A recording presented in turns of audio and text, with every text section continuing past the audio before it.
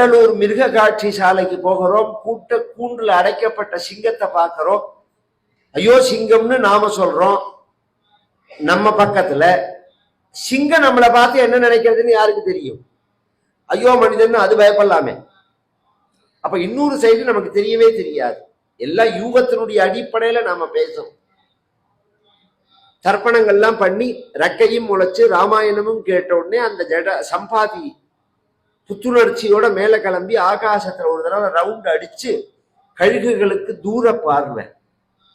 இதெல்லாம் புராண சகஜமா சொல்லிட்டு போறது. லங்கையில அசோகவனத்துக்கு மத்தியில நீங்க தேடுற சீடர் இருக்கான்னு சொல்லிட்டு போயிடுத்தது. இப்ப ராமாயணம் சொன்ன உடனே இதுக்கு உயிர் குழைச்சது இல்லை. எங்க இருக்கா சீதைங்கிறதும் தெரிஞ்ச உடனே இந்த குரங்குகள் எல்லாம் உட்கார்ந்து பேசினது, லங்கைக்கு போகணும்னா கடலை தாண்டி தான் போயாகணும். கடலை தாண்டி போகணும் அப்படின்னு சொன்னா நீஞ்சி போக முடியாது. ஏன்னா நிறைய ஆபத்துகள் உண்டு. தாண்டி போகணும்னா பறந்து போகணும். இதை யார் ஜம்ப் பண்ண முடியும் அப்படிங்கிறது.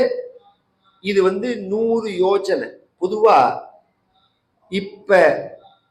இப்ப நாம இருக்கவே, இப்ப நாம சொல்றமே இதுக்கு சிம்ஹலம்னு பேரு. இந்த தீவுக்கு சிம்ஹலம்னு பேரு.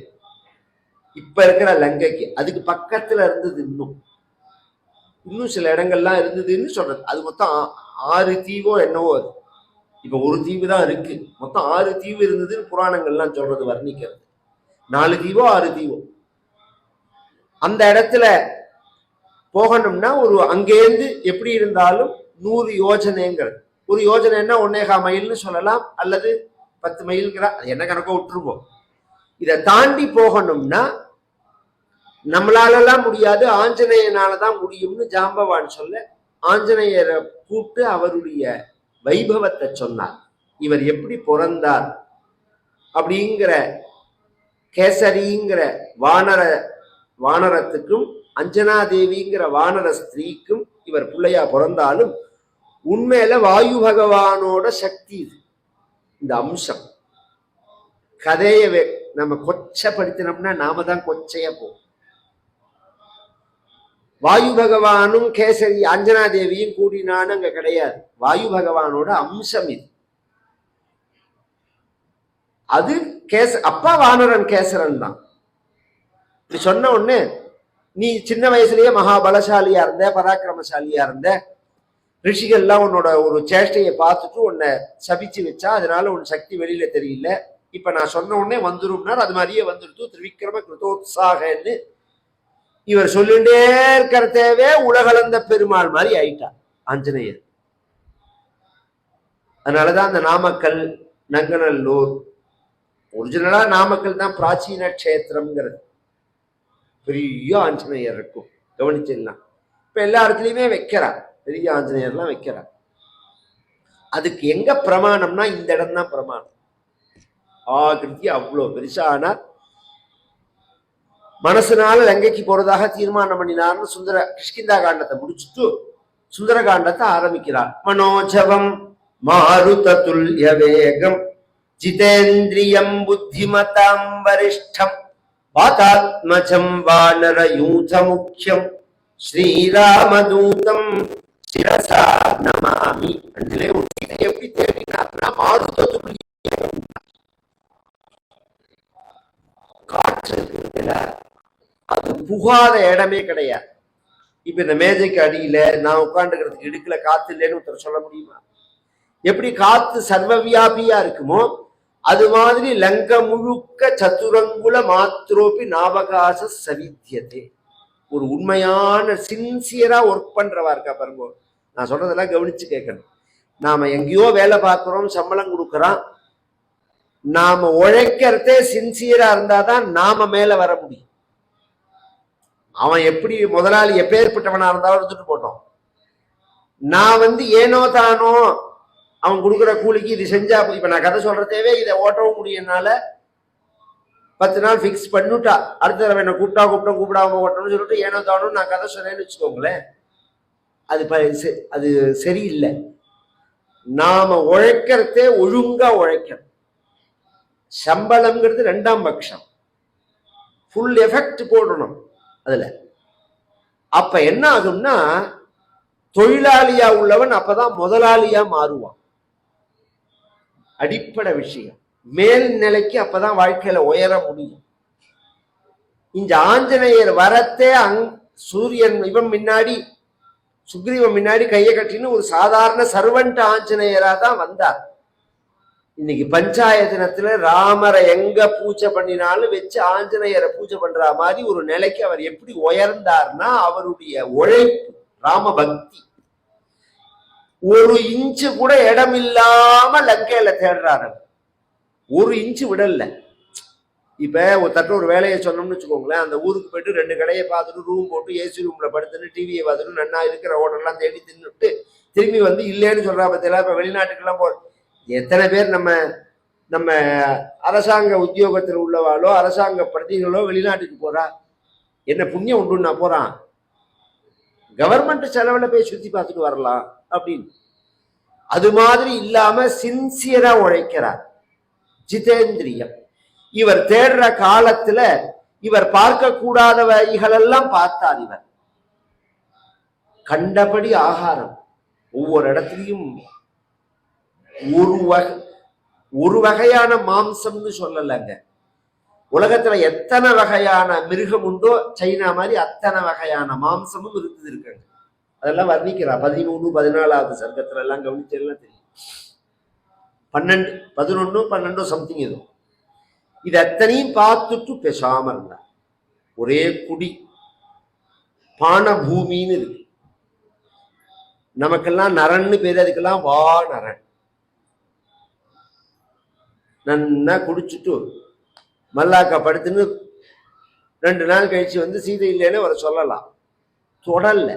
அது மட்டும் இல்லை, 7000 பெண்கள் ராவணனோட மனைவிகள். ஒரிஜினலா அவனுக்கு 7000 பேர் மனைவி. அந்த 7000 பேரும் படுத்துட்டு இருக்கிற அந்த காமன் பெட்ரூமுக்கு போறதே எல்லாருமே மத்தியபானம் பண்ணிட்டு தான் படுத்துட்டு இருக்கா. அதெல்லாம் ராட்சசால் தானே. அலங்கோலமா இருக்கு, வஸ்திரங்கள்லாம் ஒழுங்கா இல்லை. இதுக்கு மத்தியிலெல்லாம் தேடி வரா.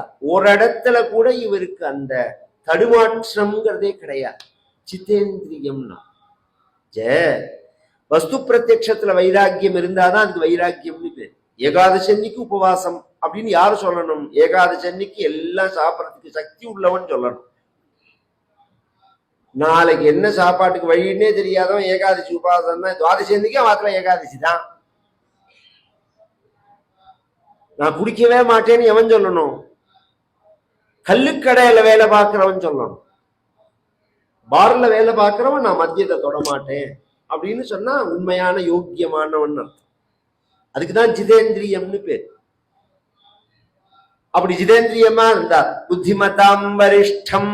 சீதையை பார்த்தார். கொடுக்க வேண்டிய சமயத்துல மோதிரத்தை கொடுத்தார். அழகான முறையில ராவணனுக்கு உபதேசம் பண்ணினார். அவர்கள்டேந்து மீண்டு வந்தார். வாதாத்மஜம். போறத்தே இருந்த ஸ்பீடு வரத்தே கிடையாது. ஏன்னா காரியம் ஆயிடுச்சு. அதனால நார்மல் ஸ்பீடுல தான் வரா. வனரயூத முக்கியம்.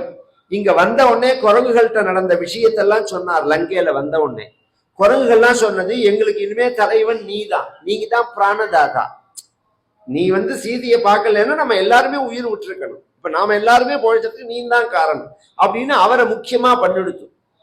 நேர ராமர்கிட்ட வந்து இந்த சூடாமணியை கொடுத்தார். கொடுத்த உடனே ராம காரியத்தை முடிக்கிறார். அப்பதான் கம்ப்ளீட் பண்றார். அது பரியந்தம் இன்கம்ப்ளீட் தான். அதனாலதான் அவர் எங்க பேசினாலும் சீதையிட்ட அறிமுகப்படுத்துற இடத்துல எல்லாம் நான் சுக்ரீவ மந்திரின்னு தான் சொல்லுவார். எடுத்த உடனே ராமதூதனை அறிமுகப்படுத்திக்க மாட்டார். ஏன்னா அந்த அந்த காரியத்தை அவர் இன்னும் முடிக்கல. சில கல்யாண பத்திரிகையில MBA, BE, BTech, MTech அப்படின்னு போட்டுட்டு கீழே மேலேயோ ஒரு கோடு போட்டிருப்போம். அதை நம்ம பார்த்துருக்க மாட்டோம். அது இன்கம்ப்ளீட்னு அர்த்தம். அது அப்படி ஒண்ணு உண்டு. நான் ரொம்ப நாள் எனக்கு தெரியாது. அந்த மாதிரி ஃப்ராடெல்லாம் பண்ணல. எல்லா கோர்ஸுக்கும் அப்ளை பண்ணி எல்லா காலேஜுக்கும் பணத்தை கட்டி ஒரு கிளாஸ் கூட போக மாட்டான். எல்லா பட்டத்தையும் போட்டுருவான். அது மாதிரி ஃப்ராடெல்லாம் அவர் பண்ணல. அந்த காரியத்தை முடிச்சதுக்கு அப்புறம் தான் தன்னை ராமதூதன்கிறதையே ஏத்துக்கிறார் அவர். ஸ்ரீராமதூத்தம். அந்த ஸ்ரீராமதூத்தனா உள்ளவன சிரசா நமாமி. சுந்தரகாண்டம் முழுக்க இந்த ஸ்லோகத்துல இருக்கு. குரங்குகளை பார்த்து சொன்னார், முதல்ல அந்த மகேந்திர பர்வதத்துல நமஸ்காரம் பண்ணினார். இப்படி இழுத்துண்டார், இப்படி கையெல்லாம் பிசிக்கலா சில காரியங்கள்லாம் பண்ணினார். இதுக்கெல்லாம் பூர்வ சம்விதானம்னு பேர். கவனிச்சு கேள்வோம், எல்லாம் இருக்கு நம்ம. இந்த பூர்வ சம்விதானம் எதற்குன்னா அந்த இதை தாண்டறதுக்கு. பூர்வ சம்விதானம்னா என்னன்னு உங்களுக்கு சொல்லணும்னா, உங்களுக்கு புரியிற பாஷையில சொல்லணும்னா, கிரிக்கெட் ரொம்ப அவசியம். அப்பா சிரார்த்தத்தை காட்டும் ரொம்ப முக்கியமான விஷயம் அது. சிரார்த்த தண்ணிக்கு கிரிக்கெட் வந்துருச்சுன்னா அந்த காலத்துல வாத்தியாரை எரிஞ்சு விழுவான். வாத்தியாரை சரி கட்டி அடுத்த பத்தியில பண்ணிக்கலாமாம்பா. எனக்கு என்னவர் மாமி விட மாட்டான், இந்த திதியில தான் பண்ணி ஆடணும்.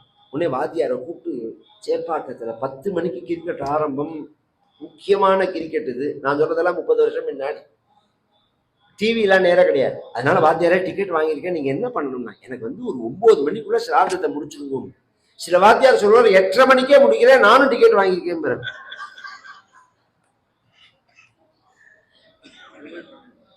அது மாதிரி வெறி பிடிச்சா மாதிரி இருக்கும் பார்த்தல.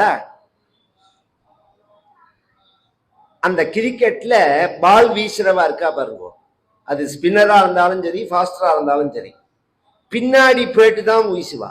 நின்ன இடத்துல இருந்து இப்படி போட மாட்டா, பின்னாடி போயிட்டு ஓடி வந்து போடுறா பார்த்தீங்களா. அந்த பின்னாடி போறதுக்கு பூர்வ சம்விதானம்னு பேர். இந்த பின்னாடி போனாதான் அந்த வேகம் வரும். இதெல்லாம் குரங்குகள் பார்க்கறது, இதெல்லாம் பார்த்தது இல்லை, அதுக்கெல்லாம் அது தெரியாது. அப்படிங்கிறதோ இப்படி பார்க்கறது என்ன நினைச்சுன்னு. எங்க தாத்தா ரொம்ப அழகா கதை சொல்லுவார். அவர் சொல்லுவார், சுந்தரகாண்டம் நம்ம நன்னா அனுபவிச்சு ரசிச்சு பிடிச்சு சொல்லணும்னா 10 நாள் குரங்கோட பழகணும். குரங்கோட கொஞ்சம் பழகினாதான், அதோட சேஷ்டைகளை மனசுல வாங்கிட்டாதான் சுந்தரகாண்டமே கரெக்டா சொல்ல முடியும். இப்படி பார்த்துது, பரிதாபமா பார்த்துது. என்ன நினைப்பு அதோட எண்ணம்னா, இத்தனை வித்தையெல்லாம் காமிக்கிறவன் கடைசியில இல்லைன்னு விட்டான்னா, சீதை இல்லேன்னு அது கடைசியில யோஜனைக்கு போயிடுத்தது. இவன் எப்படி தாண்ட போறார், போறார், வரப்போறார், அதெல்லாமே அது யோஜனை பண்ணல. லங்கைக்கு போயிட்டு திரும்பி வந்து சீதை இல்லைன்னு சொல்லிட்டா. எத்தனையோ ஃப்ராடு உண்டு. இத்தனை லட்சம் கோடி ரூபாய்க்கு நாம காரியங்களை சாதிச்சிருக்கோம், இதெல்லாம் அமுல்ல இருக்குன்னு சொல்றதுக்கு வேற, அதை முடிக்கிறது வேற இருக்கணும். அது மாதிரி இது எதையாவது ஏமாத்தி கொடுத்தனா என்ன பண்றதுன்னு பயம். இப்படி பார்த்துட்டே இருந்தது. இது என்ன நினைக்கிறதோ அதை புரிஞ்சுன்னு ஆஞ்சநேயர் சொன்னார், வானரர்களா நீங்க எல்லாம் பயப்படாதீங்கோ. யதா ராகவ நிர்முக்தா சரஹா ஸ்வசன விக்ரமஹ கச்சேத் தத்வத் கமிஷ்யாமி லங்காம் ராவண பாலிதா. நான் சீதையை தேடின்னு போறேன். எப்படி தெரியுமா போவேன்னா, ராமபானம் மாதிரி போவேன். ராகவ நிர்முக்தா சரஹா.